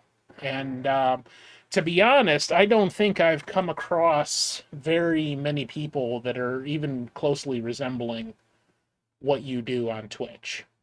So in that regard, I think you're fairly unique. You have built your own brand, and it is unique and honestly entertaining all by itself. So don't worry about the entertainment value of what you put out, because the people that are going to be there and support you don't care if it's a bad game or if you can't find your way out of a hallway or whatever else that in your mind is like, yeah, I don't think the people are going to like this. No, it doesn't matter in the end. Okay, just be you, and that's do more that. than enough. Okay, so that's my advice as you move forward. And what now do you want to get out of this rebrand? So you want to obviously get away from some of the other things that you think weren't quite you, because what I've heard you say in the majority of this is that it's an ongoing process where you're constantly trying to identify more of who you are and be that person so that you are um, not honest, but I mean you're honest with yourself. You're being the person that you want to be, and not necessarily putting on any kind of fake front or any type of persona in order to appease the other people that you want to socialize with. So if that's the direction you want to go in, what does that mean to you about the direction of Witch Whitney? Oh, I mean, I think that you just summed it up with your last conversation there. I want I don't man. I know sometimes I ask the hard questions, but you I can do as this. Witch Whitney, I want to come and I want to play whatever I want. I don't want to worry about what other people are thinking. I want to be me, play my games, and have a good time and interact with the people who do find me enjoyable as well and not worry about anything else but that moment, that game, and the people who are with me. Okay, so add this bullet point to your list. Always be yourself. That should be number one. Because I mean, that's obviously something that we can all strive for in the pursuit of being intellectually who we know we are. But as far as I think it was, I can't remember who. I heard it somewhere. Somebody said we are all different with different people. So like the relationship you and I have is going to be slightly different from the relationship that you and Cage have, or the relationship that I and Cage have. Okay, um, and I have noticed that that is very much true. So if Witch Whitney is going to be you and not who you are with any specific person, then it's going to only benefit you to let your everything that is your true self shine through. I think. Yes. Okay. Yes. All right. So I think that sums all of that up, and that rounds out that conversation. Do you have anything else that you want to add on the whole rebranding thing and what that means for your future now? I'm I'm just so excited to feel good enough and confident enough to come back and join everyone again and just have a good time and scream in your ears. Awesome. Because I mean, those screeches is what I live for. Oh shit! What is she scared of now? Especially since I'm more of a lurker. I mean, I can get active in chat and all that, but I usually will have somebody stream on in the background. I'd rather it be somebody like you, Whitney, or Doom when I can catch him and I'm not falling asleep, or Isnib, because I'm there at that type of day. So the more streams that I have you on, even in the background, the better. Um, and that's in particular, like I said, there's only a few people that I have. I mean, I follow several people, but there's only a few people that I actually have notifications on for, and you're definitely one of them. So I'm just waiting for those notifications. They will be coming. And I actually have in the past, when you have been going live and I'm still working, like, oh man, fuck, I still gotta work for a couple of hours. I'm gonna miss it. But I get it. Your schedule is your schedule, and we can always go back and watch the VOD. Yeah. But yeah, I would definitely suggest that, at least for archiving, even if you don't make that available for yourself, instead of like making it available for anybody else. All right, so we're going to get back to games here in a little bit, but let's completely switch gears a little bit now and talk about your worldview. So, if I was to ask you, what is something that is super important to you as a person in relation to the world, what would you say? uh, um, my goodness. I'm not sure how to answer that. I'm gonna be honest. That's all right. But like, aside from gaming, aside from work, what is something that you're concerned with? Something that you check in on periodically to see what's happening. I mean, the biggest thing right now is definitely the issues with women's rights. Okay. That's something that's on the forefront of my mind when I have the time to think about it. Okay. So, maybe related to that, or maybe something completely different. If you could give a message to the world, and again, it doesn't have to be related to what you just said, it could be anything. You would like everybody in the world to hear this message. What would it be? Making me critical think so hard right Yes, I know. now. I mean, not related to that specific topic, but honestly, be authentically you. Okay. Don't worry about what others think. Be the best person that you can be for yourself. And how do you feel you personally measure up to that at this stage in your life? I think that this is the most me I've ever been. I do still have some work to do, but I am happy with where I am, and I'm excited to see where I take myself in the future. Good, good. What do you think is going on in the world right now that people need to hear that message? Like you come across this particular news story and it makes you think, man, these people just need to be themselves or be authentic. I mean, everything. I can't think of anything in particular, unfortunately. I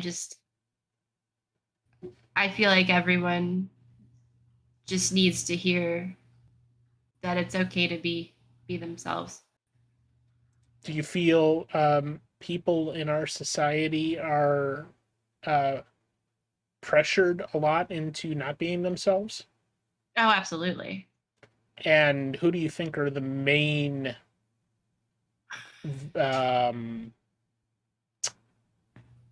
instigators of that? I mean, instigators, antagonists. Who is telling people don't be yourself? Who is the problem? the boomers. The boomers. Okay, so basically anything.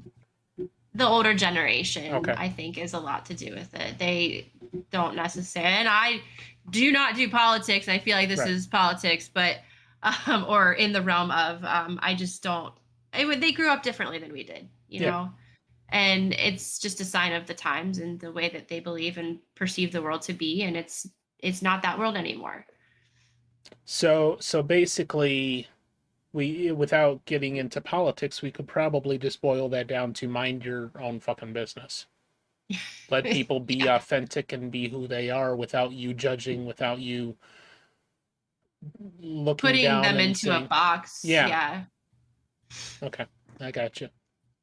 And I think that's probably extremely prevalent with anybody under the age of, say, 40 that looks at this and says, okay, what the hell is wrong with gay marriage? What the hell is wrong with LGBT rights? What the hell is wrong with, any of this stuff that apparently old people take for granted and think you got to be a certain way, you got to do this and that.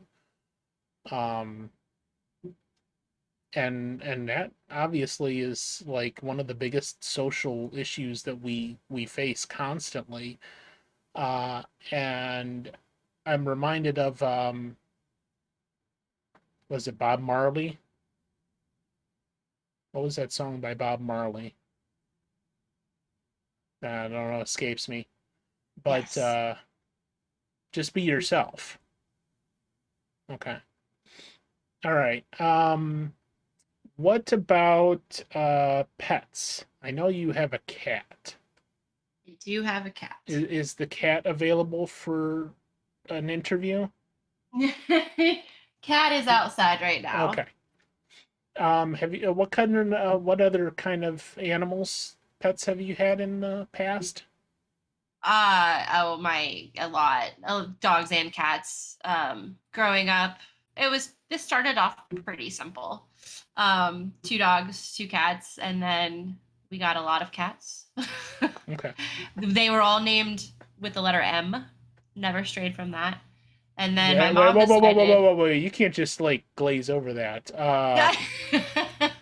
What is the reasoning behind every cat you've owned having a name that starts with M? No clue. I just started one day, and I don't know where or why, but there was Mickey, Minnie, Magic, Moose, Miranda, Missile, um, just to name a few. I know there's more. um, yeah, I don't know why. I never really thought about the reason why. You're just like, okay, the last cat was named Mickey, so I have to name this one another M name, and you I just don't kept know. on It was with just a that? thing. It was just a thing my family had. My mom and my brother and I. I don't know. We just always had the Did letter M. did you ever ask the cats if they wanted to be shoehorned into M names? I didn't, and Well, that what was the really hell? rude of me. I know. Okay, that's interesting. All right, so are you the type of person that you uh take a look at, like you see the animal for the first time and you're like, okay, I'm gonna name you something that starts with an M and it is this, or do you like, think, okay, I need to get another pet and I want to name them Morrissey, or I mean, I haven't named any of them M since. Um, what is the name actually, of this is your I current? did not name this cat. It came named, Oh, and okay. it's cream cheese. Yeah. Well, there's an M in Yeah, there. yeah, there is an M, but I just the best cat I've ever had though. I can't even like at night about 11:30 when I'm getting ready to go to bed. He has a window that he can jump in, so I just leave it open, and I'll just walk by to brush my teeth like, cat, it's time for bed. And he hops every single time. There you He go. waits for me when I get home, like a dog outside on the porch, wagging his tail. It's food time. He's amazing. I love that cat so much. That's interesting. I have called him CC Legion. Or you could just get that M name in there and call him Mr. CC. My brother wants to call him Mr. Bigglesworth. So there you go. There you go. I particularly enjoyed your cat jumping up on your lap and scaring the shit out of you yesterday Yeah, during that stream. happened. Yeah. And cream cheese, if you can hear me, please do more of that because it was absolutely hilarious. I'll let him know. Yeah. Thank you. Yep. All right. Who is a public person, somebody that we would all know, uh, or should know because they're a celebrity or, someone famous that you look up to and why? I mean, I don't know the why, but I look up to Bruce Campbell and Simon Pegg. Oh, I know You know why. what? I do know why. I mean, Yeah, why? that's Why? easy. You tell me why. Well, Bruce Campbell, because he's like the biggest badass horror protagonist ever. Correct. Yeah. And Simon Pegg, we were just speaking about before, because probably like along the same lines, I thinking of what was that zombie movie? Yes, Legion. Yeah, Shaun of the Dead. Shaun of the Dead. And Yeah, as you can tell, I love them a lot. yes, so I get that, and I can see, how that would definitely fit into the genres that you're into and all that. Now, what about somebody who you would not know? Somebody that you really look up to in your life, any time in your life, that we may not know about? Does it have to be a famous person? No. Oh, well, then my dad. Okay. Why do you look up to your dad? He was in the Vietnam War, and he was shot a few times. And he came back and was suffering with PTSD for years before anyone knew what it was to even diagnose him. And he struggled a lot with that. And then about 10, 12 years ago, he had a bullet still in his leg from when he was shot. For some reason, they couldn't remove it. I don't remember why, but it ended up getting infected and they had to amputate his leg. No. But throughout all of that, like, yes, there's been some ups and downs, but he's been a fighter. He is strong as fuck, and I'm so proud of what he did for our country and just being there for me every step of the way. Teaching me to throw softball when they you threw like a girl. I threw like a girl. I couldn't hit a ball. I couldn't catch a ball, and he was that dad, you know. And then just everything he went through, and to see him today and how strong he still is, I admire my father and look up to him a lot. And I could probably say with pretty good certainty that your brother is a close second Yes, because of the absolutely. relationship that you've described to us previously about your gaming history and how big a part he has played in that. Um, so along the same lines, why don't you tell us like why you look up to your brother? I mean, I don't know if I look up to him. He looks up to me. No, I'm just kidding.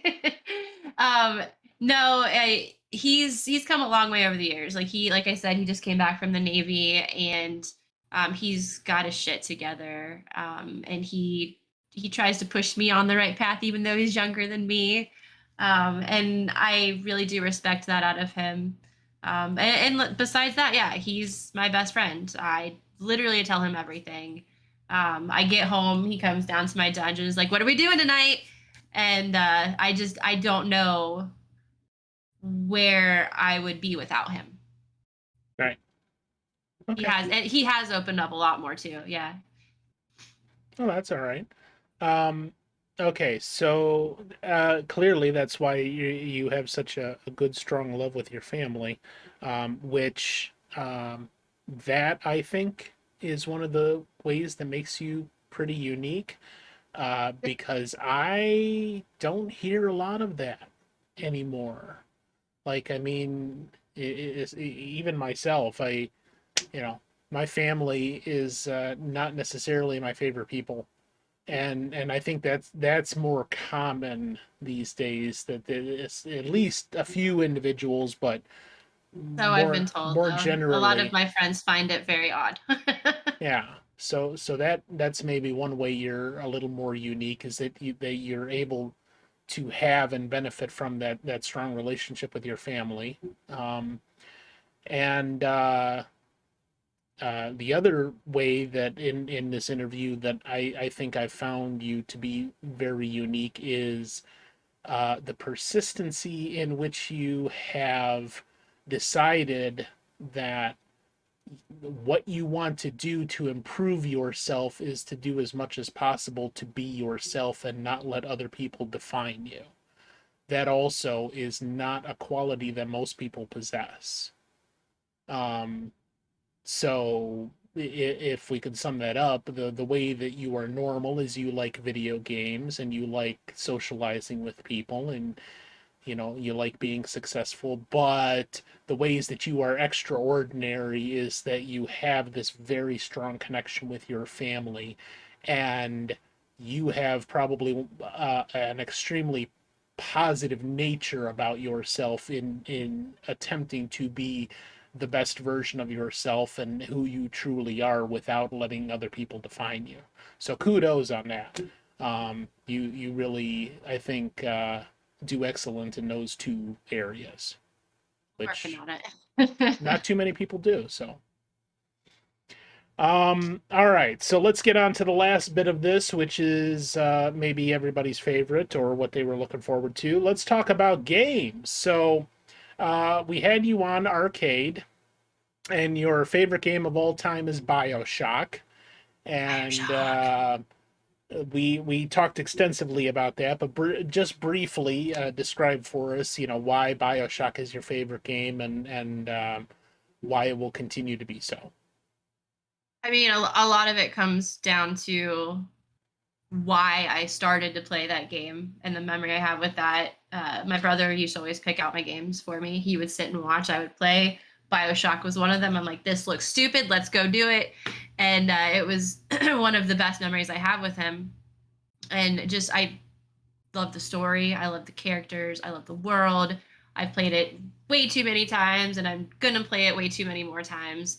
And I feel like I always pick up something else and something new that I didn't catch before, even after like 75 playthroughs. And now with your new streaming commitment, we have another commitment that was supposed to happen, which is harvesting the little sister playthrough that you have not been able to bring yourself to do previously, but now you will have time to do I a will have playthrough time. and bring yourself to that evil action. I also still want to try and do a speed run on that too. That might be the only game ever in existence that I can attempt that on. Okay, that's good. That's good. All right. So in general, we can definitely say, at least in the past, you have explored thoroughly the horror genre of games. What is it about the horror genre that really appeals to you? I mean, typically, when I choose a game in general, I know we've had this conversation in the conflux. Is it about the play style, or is it about the story? And for me, it's always about the story. Mhm. I want to connect with whoever I'm playing as, whoever I'm meeting in the game. And for me, horror games bring that. I always feel super just connected or invested in the story. Um, and on top of that, I like the atmosphere. I love being scared. Not necessarily that they're all scary, but just the suspense. I'm one of those people who have to watch a scary movie to calm myself down. Afterwards, I'm like, all right, I'm good, you know? What And is there a go-to scary movie? um honestly, I like a lot of horror comedies, but the Hellraiser series is one of my go-tos for sure, for sure. Army of Darkness, and again, you don't necessarily like, it's not like scary, but it's got those elements of horror in there, and yeah. And the comedy elements too, like Ash and uh, Evil Dead is just absolutely hilarious to me. Um, Yep. and maybe you can tie this in with your gaming experience. What's like the biggest thing for you when it comes to horror movies, horror television shows? The aside from gaming, the horror entertainment that you seek. Just getting lost for a moment, you know, putting myself in whoever in the final girl's shoes. Like, would I be the final girl if I was in this movie, you know? Okay. um yeah.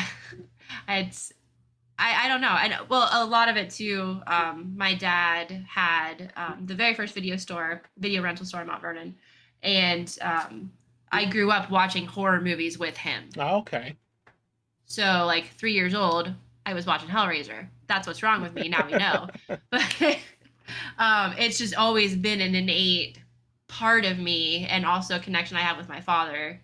And I just feel so at ease when I'm watching or Com- playing something in the horror world. comfortable.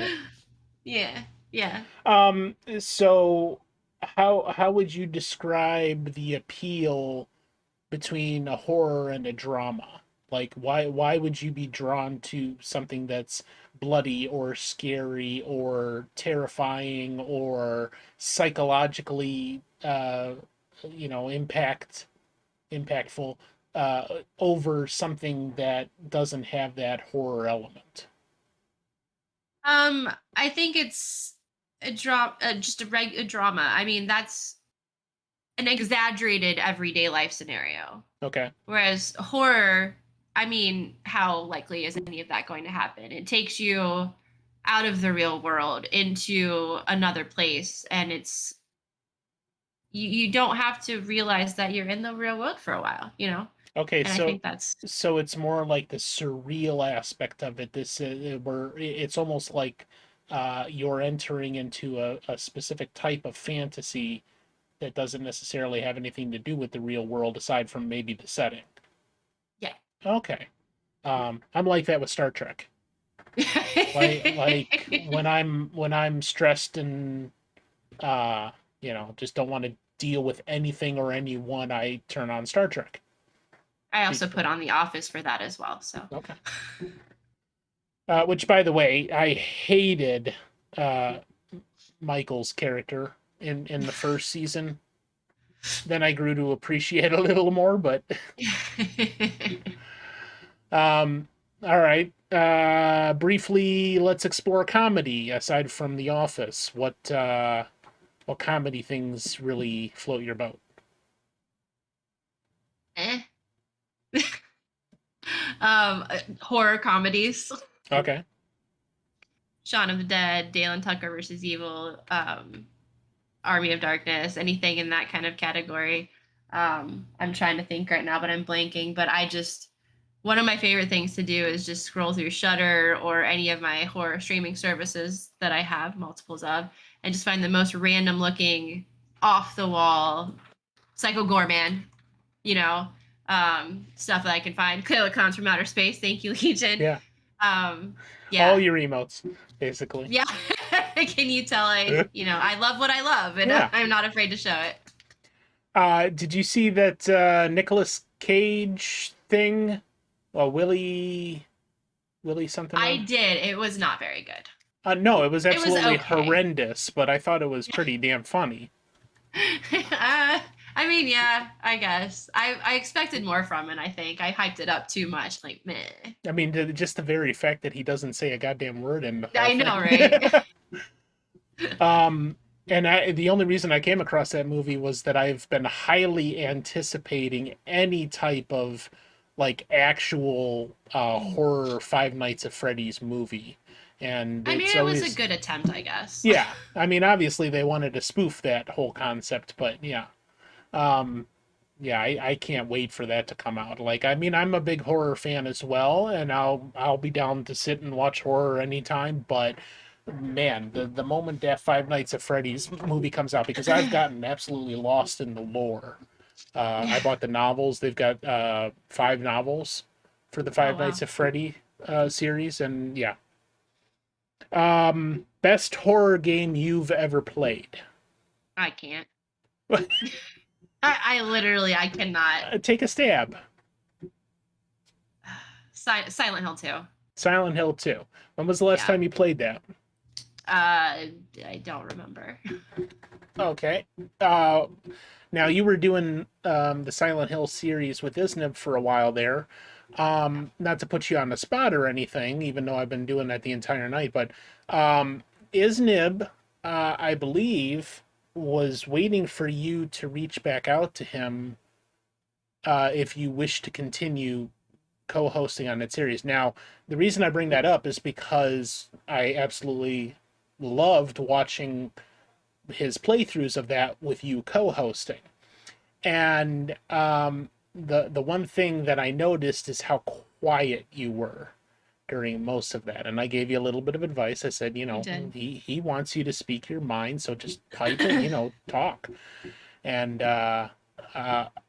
do you have any plans to revive that? I mean, I was waiting for him to say something to me, so I guess I'll be reaching out. I loved it. It just got to the point where all that was happening, and that Sunday was like my one day to just recharge, and I didn't feel like I was giving it my all to him, which he absolutely deserved. Well, and he also does these long ass 5 or now 8 hour they're very long, yeah. sometimes, But yeah, no, I would absolutely love to revive that because I had a blast watching Tim play and getting a chance to talk with him about something that we both loved. Okay. So do that. Maybe not every Sunday, maybe like every third. Once a month. Second, Every third would be good, yeah. Third or fourth Sunday. Yep. Because I want to watch that series finish. Because I'd never seen the games. I've seen the movies, and I absolutely love the movies, and the entire storyline is fantastic to me. And I've heard a lot of people say, well, the movie is not quite as good as the game. After seeing the game, I don't think that's true. I think the movie was very well done in comparison. It's not the best, but in my personal opinion, it's one of the better video game movie adaptations, Yeah. and I absolutely love it. Yeah. And by its own rights as a horror movie, pretty damn scary. Yeah. Now the second one not so much, but No, we're not going to talk about the second one, just the first one. but even Although Kit Harington. I am often I often rate movies things like that higher than almost everybody else because I still really like what was produced. Like even though Yeah. the story wasn't that great in Silent Hill 2, the movie, I thought it was still a really cool thing to witness. Um, but uh, as far as the series with Isnib goes, if you're going to reach back out to him, you definitely have to get over your own fears and just speak your mind because you're there as his guest and a fellow person who is a big fan of the series. I mean, you mentioned that as at least potentially your top best horror game that you've ever played. You're an expert as far as anybody else is concerned on that game. So just have carte blanche and, really speak your mind about it. Oh, I really like this part, or this is what's coming up, or I think this part of the story is important because of whatever reason. And that really is the things that he's looking for you to contribute as the co-host. So by all means, I would love to see you two continue that collaboration. What is off the top of your head the absolute worst game that you've ever played and you will never ever play again? Horror or otherwise. Something that you played and you're just like, fucking nope, we're done with this shit. Oh my goodness.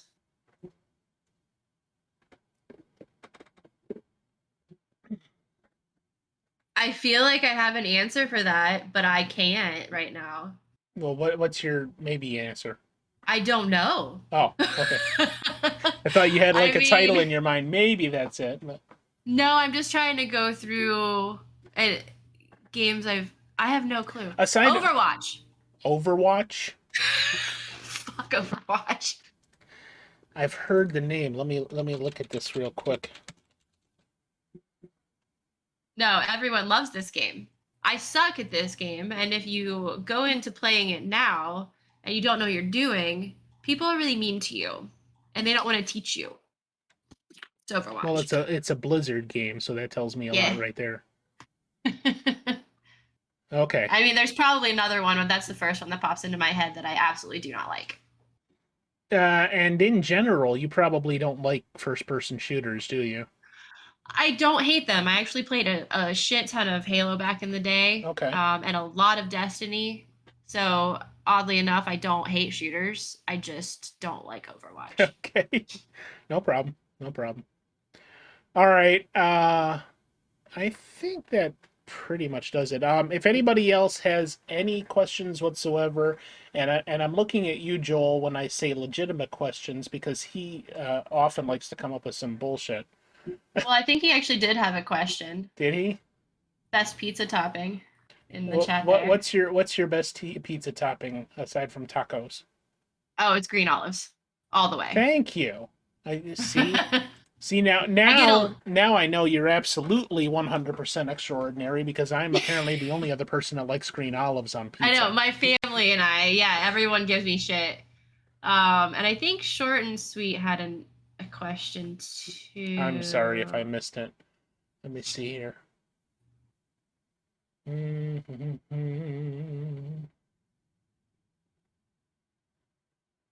I thought, I could be wrong, but yeah, I saw Joel's in there. Okay, well, if anybody else have any questions, favorite alcoholic and non-alcoholic drinks? Oh, that's what it was. Non-alcoholic drink is Dr. Pepper or Cherry Coke or Cherry Dr. Pepper. Cherry Dr. Pepper. Cherry Dr. Coke. Yeah. Favorite alcoholic drink? Well, if we're talking about beer, it's Blue Moon. That's my go-to. But I like, with an orange slice. yeah, absolutely. Okay. Yeah, but I like wheat beers. I also like stouts and porters. But yeah. And if we're talking about a mixed drink, it's between two. So I'm sorry, I can't pick a favorite, but either a dirty martini or a Bloody Mary. Is the Bloody Mary there because of the horror blood aspect, and you just like to see Mary die and bleed out? Oh, obviously. Oh, okay. There And the martinis because I'm also very classy at the same time. we go. So you're just holding your martini, watching Mary bleed out on the floor, and you're like, "Yeah, that's very nice, right there. Thank you." Yeah. Okay. All right.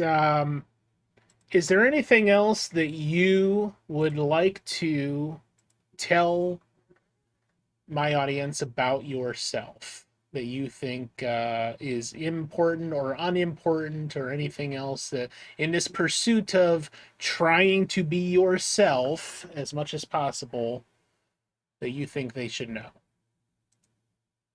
think you've done a fantastic job tonight, honestly.